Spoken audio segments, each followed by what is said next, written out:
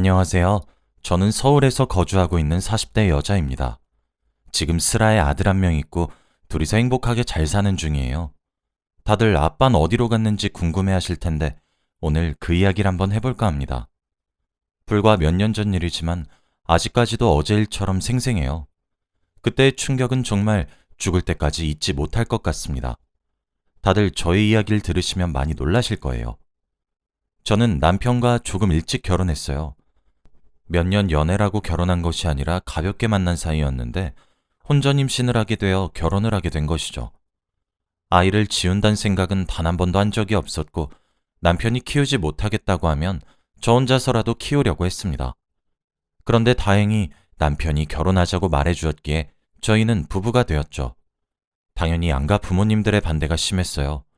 그때 저희 나이가 20대 중후반이었지만 직업을 가진 지 그렇게 오래되지도 않았고 아이를 낳으면 제가 남들보다 승진에 무리가 있고 조금 뒤처지니까 다들 걱정을 해주셨죠. 그런데 저는 저의 승진을 위해 아이를 포기할 수 없었습니다. 저희 부모님은 항상 조언만 해주셨고 선택은 저의 몫에 맡기셨어요. 한 번도 잘못된 선택으로 부모님을 실망시켜드린 적이 없었기에 저도 자신이 있었습니다. 그리고 남자친구네 부모님도 반대를 하셨어요. 둘 다 어린데 돈은 어떻게 모을 거냐며 걱정을 많이 하셨죠. 그런데 남자친구네 집안이 다른 집보다 많이 보수적이세요. 그래서 나이가 30이 다 되어 가는데 부모님과 같이 삽니다. 그렇다 보니 남자친구는 빨리 집을 떠나고 싶다고 해서 결혼을 더 밀어붙였습니다. 결혼을 하면 신혼집에서 살 수 있으니 말이죠. 결국 저희 고집을 못 이기시고 양가 부모님들은 저희 맘대로 하라고 했고 저희는 정말 잘 살아보자고 약속했습니다. 남편은 저에게 정말 잘해주었고 좋은 아빠가 될 것 같았어요. 일도 열심히 하고 집안일도 잘 도와주었거든요. 그래서 임신 기간 동안 딱히 불편한 거 없이 잘 지냈습니다. 그리고 저는 아들을 낳았어요. 확실히 아들을 낳으니 가부장적인 남편네 집안에서 너무 좋아하는 거 있죠? 시댁에 아들을 데리고 갈 때마다 버선발로 뛰어나오셨습니다. 확실히 아들 덕분에 저희 부부가 더 떳떳해지기도 했어요. 저는 출산 후 얼마 지나지 않아 바로 회사로 복귀했습니다. 남편도 일을 하고 있었고 저도 직장을 다녔기에 아이는 시댁이나 친정에 맡기거나 아니면 베이비시터가 보살펴 주었죠. 저는 일을 너무 좋아하는 사람이었기에 주부로 못 지내겠더군요. 다행히도 제가 복귀를 막을 사람이 없었고 오랜만에 본 동료들도 저를 다 반겨주어서 금방 적응할 수 있었습니다. 그리고 조금 더 친해지기 위해 아들 돌잔치에 저희 부서 사람들을 초대했어요. 몇 명 되진 않았지만 아들을 보여주고 싶기도 했고 남편을 정식으로 소개해주고 싶었거든요. 그래서 돌잔치 날에 저희 부서 사람들이 왔어요. 소수 인원으로 돌잔치를 진행했지만 그래도 북적북적했죠. 사람들의 축하를 받으며 성공적으로 돌잔치를 마쳤고 회사 사람들에게 남편과 아들을 소개시켜줬어요. 남편이 워낙 처음 본 사람들과 대화를 잘 나누는 편이라서 직원들과 스스럼 없이 대화를 주고받더라고요. 특히 저희 팀장님과 정말 많은 이야기를 했습니다. 팀장님은 남자분이신데 회사에서 저와 가장 친해요. 직장 상사보다 동네 오빠 같은 느낌이 더 강해서 사적으로도 자주 만나고 밥도 먹고 그럽니다. 그래서 팀장님에게 제 남편을 꼭 소개시켜주고 싶었어요. 팀장님이 아직 장가를 안 가셔서 저희 부부와 자주 만나면 좋을 것 같았거든요. 다행히도 남편과 팀장님은 대화가 잘 통하는 것 같았고 저는 그동안 다른 직원들과 이야기를 했습니다. 그리고 돌잔치가 끝나고 집으로 돌아왔어요. 그런데 남편이 당신네 회사 팀장님 매력 있으시더라? 왜 그 나이가 되도록 장가를 못 가셨지? 라고 하더라고요. 팀장님이 매력이 있으시고 잘생긴 편이시긴 한데 나이가 조금 있으세요. 아마 결혼할 시기를 놓치셔서 장가를 못 간 것 같았죠. 그래서 저는 팀장님 외로우니까 당신이 자주 만나서 좀 놀아드려 라고 했죠. 남편도 그렇게 하겠다고 했고 벌써부터 전화번호까지 주고받았더군요. 그리고 며칠 뒤 벌써 만나기로 약속까지 잡았다고 했습니다. 둘 다 골프라는 취미가 있어서 그런지 만나서 같이 골프를 치러 가기로 했다고 하더군요. 저는 골프에 흥미가 없어서 매일 남편 혼자 보내는 게 마음이 쓰였는데 팀장님이 같이 가주시니까 오히려 고마웠습니다. 알고 보니 팀장님도 매일 골프를 치러 갈 사람이 없어서 혼자 다니셨더라고요. 다행히 저 덕분에 둘이서 골프 친구가 되었으니 조금 뿌듯했습니다. 소개를 잘 시켜준 것 같았죠. 그렇게 둘은 주기적으로 골프를 치러 다녔습니다. 한 달에 몇 번씩은 같이 골프를 치러 가니까 남편이 그만큼 가정에 소홀해지더라고요. 아들 육아는 자연스레 제가 하게 됐고 남편은 팀장님과 골프를 치러 갔습니다. 그런데 남편이 워낙 골프를 재밌어하고 팀장님과 같이 치는 걸 좋아하니까 말릴 순 없었어요. 그래서 처음엔 아무 말 하지 않았어요. 남편이 드디어 자기 인생을 찾은 것 같다. 너무 행복하다. 이런 말들을 저에게 늘어놓으니 제가 거기다 대고 찬물을 끼얹을 수 없었습니다. 너무 좋아하는 게 눈에 훤히 보였거든요. 그런데 남편이 그렇게 밖으로 나다닐수록 저는 육아가 점점 더 힘들어졌습니다. 아들이 계속 크는데 저 혼자서 감당해야 하니 너무 벅찼죠. 하지만 시간이 지날수록 남편의 귀가 시간이 점점 늦어질 뿐더러 술에 만취가 돼서 돌아오니 더 이상 참을 수 없었습니다. 원래라면 골프만 치고 와서 항상 해가 지기 전에 돌아왔어요. 그런데 한 달, 두 달이 지나니까 술을 먹으면서 새벽이 되어 들어오는 거 있죠. 여자들이랑 있는 게 아니라 남자인 팀장님과 있으니 걱정이 되거나 의심을 하진 않았습니다. 제가 알고 있는 팀장님이 워낙 좋은 사람이고 믿음직스러워서 나쁜 술집에 갈 거란 생각은 전혀 하지 않았죠. 저는 단순히 가정을 내팽겨치고 놀러 다니는 남편이 너무 미웠습니다. 그런데 제가 남편한테 주의를 안 준 게 아니에요. 가정에 충실해달라. 아들이 아빠를 찾는다. 이렇게 말을 해도 항상 적반하장이었습니다. 그리고 어디서 술을 먹고 어디서 골프를 치는지 알려달라고 하면 지금 남자들끼리 건전하게 노는데 설마 의심하는 거야? 나 이렇게 속박돼서 사는 거 싫어해. 아들은 조금 강하게 키워야 되는 거 몰라? 라고 말을 하며 뻔뻔하게 대답했죠. 제가 화를 내면서 말도 해보고 속상하다고 울면서 말한 적도 있습니다. 그런데 그럴 때마다 나중에 이야기하자며 핑계를 댔고 팀장님과 골프를 치고 술 먹고 들어오는 건 변하지 않았습니다. 남편이 말이 통하지 않으니 결국 팀장님에게 말을 해보기로 했어요. 팀장님이 워낙 저와 친하니 눈치껏 제 편을 들어주실 줄 알았습니다. 팀장님을 조심스럽게 불러 회사에서 이야기를 나누었어요. 골프 모임을 조금만 줄여달라고 했습니다. 그리고 술도 먹지 않았으면 좋겠다고 했죠. 당연히 제 편을 들어줄 줄 알았던 팀장님은 예상외의 반응을 보였습니다. 수현 씨, 보기보다 앞뒤 꽉 막힌 사람이었네. 남편을 그렇게 잡으면 쓰나. 그러다가 남편 떠나가? 이 말을 한 뒤 자리를 떴습니다. 팀장님의 반응에 놀랐는데 팀장님이 제 앞을 지나면서 맡은 향수 냄새에 더 놀랐어요. 바로 저와 똑같은 향수였거든요. 정말 강하고 진한 냄새였습니다. 제가 옛날부터 팀장님과 같이 일하다 보니 팀장님이 쓰던 향수를 알아요.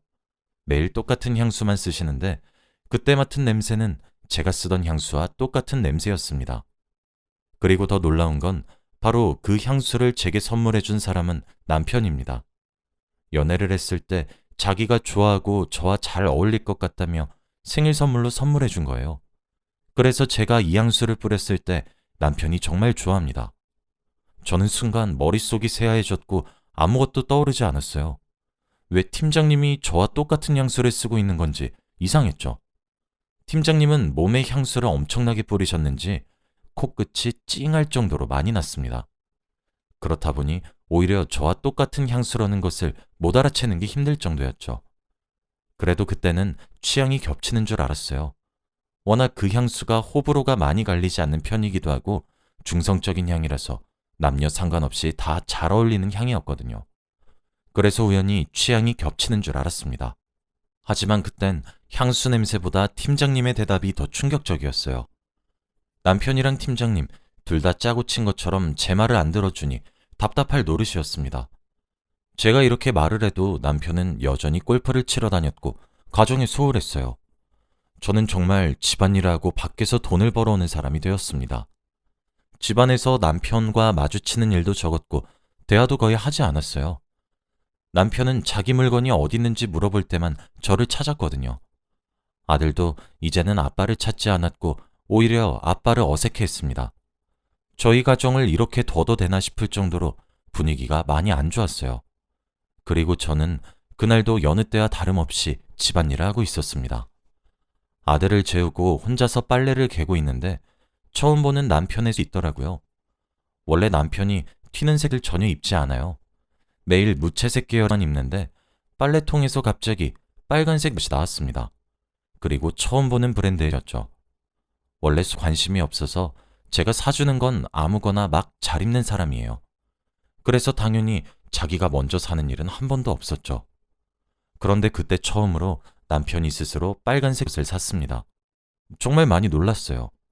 밴드 부분에 이름이 쓰여져 있었는데 처음 보는 브랜드 이름이라 머릿속에 기억이 남긴 하더라고요. 왜 남편이 스스로 샀는지 궁금하고 물어보고 싶었지만 남편은 집에서 만날 일이 잘 없으니 물어볼 기회가 없었습니다. 빨래를 개면서 머릿속으로 정말 많은 생각이 스쳐 지나간 것 같아요. 혹시라도 이 사람이 다른 여자가 생긴 건 아닐까 하면서 말이죠. 솔직히 모든 퍼즐 조각들이 다 들어맞았지만 애써 부정했습니다. 그리고 며칠간 혼자 싱숭생숭한 마음으로 하루하루 보내고 있었어요. 웃음도 잘 안 나오고 일에 집중도 잘 안 되었죠. 남 때문에 말입니다. 그러다 제가 회사 탕비실에서 사고를 치고 말았어요. 제가 남편 때문에 아무것도 집중을 못하고 사는 게 사는 것 같지 않았습니다. 정말 이 사람에게 다른 여자가 생긴 거면 어쩌지 하는 생각과 제 아들 생각 때문에 복잡했죠. 그러다가 탕비실에서 커피를 타는데 그만 유리컵을 땅바닥에 떨어뜨리고 말았습니다. 조용하던 회사에서 갑자기 쨍그랑 소리가 나니까 직원들이 놀라서 탕비실로 달려왔죠. 그중에 팀장님도 있었고요.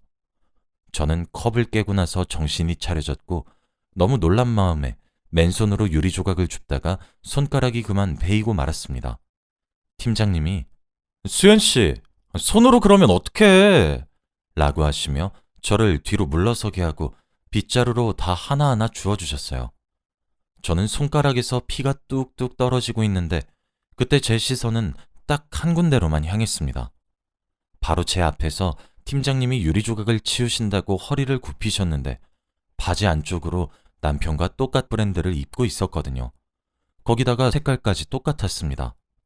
다른 여직원들이 제 손가락을 걱정했지만 저는 아무것도 들리지 않았고 팀장님의 빨간밖에 보이지 않았어요. 특이한 브랜드라 정확히 어떤 건지 다 기억이 나요. 그런데 팀장님과 똑같았습니다. 순간 머릿속이 새하얘지긴 했지만 도저히 받아들여지지 않았어요.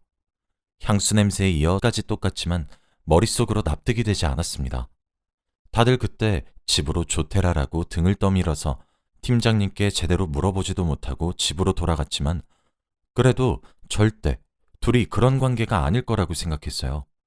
그리고 저는 집으로 돌아와서 씻고 바로 자고 일어났더니 새벽이더라고요. 남편은 언제 들어왔는지 제 옆에서 자고 있었고 저는 일어나서 시간을 확인해 보니 새벽 3시였습니다. 아들이 없는 거 보니 친정에 맡긴 것 같았죠. 거실에서 물을 먹고 방으로 들어왔는데 남편의 외투가 널브러져 있더라고요. 제가 한숨을 쉬며 정리를 하다가 주머니에서 무언가 만져졌습니다. 처음엔 카드인가 싶었는데 꺼내보니 숙박업소 방키더라고요. 그때 정말 이 사람이 대놓고 만나기로 했나 보구나 싶었습니다. 저는 그 숙박업소 이름을 기억해두고 남편이 과연 누구를 만나는지 제대로 알아보려고 했어요. 계속 심증만 있고 정확한 물증이 없으니 확실하게 알고 싶었죠. 저는 다음날 주말이었기에 남편이 나가고 얼마 지나지 않아 뒤를 따라 나갔어요. 그리고 먼저 그 숙박업소 앞으로 가서 남편이 들어갈 때까지 기다렸습니다.